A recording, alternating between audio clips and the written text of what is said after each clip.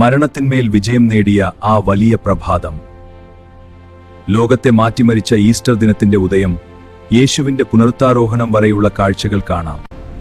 കല്ലറ തുറക്കപ്പെട്ടു മതിക്കുക. ശൂന്യമായ ആ കല്ലറ പ്രത്യാശയുടെ വലിയ അടയാളമായി മാറി.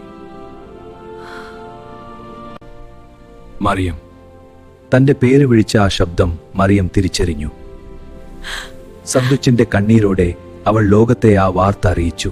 എമ്മാവൂസിലേക്കുള്ള യാത്രയിൽ അവൻ അവർക്കൊപ്പം നടന്നു. അപ്പം നുറുക്കിയപ്പോൾ കസ്വാസത്തിന്റെ പുത്യോനുവലിബിജുബയും അടച്ചിട്ട വാതിലുകൾക്കുള്ളിൽ ഭയന്നിരുന്ന ശിഷ്യന്മാർ. അവന്റെ സാന്നിധ്യം അവരുടെ പേശി കടന്നു മാത്രം.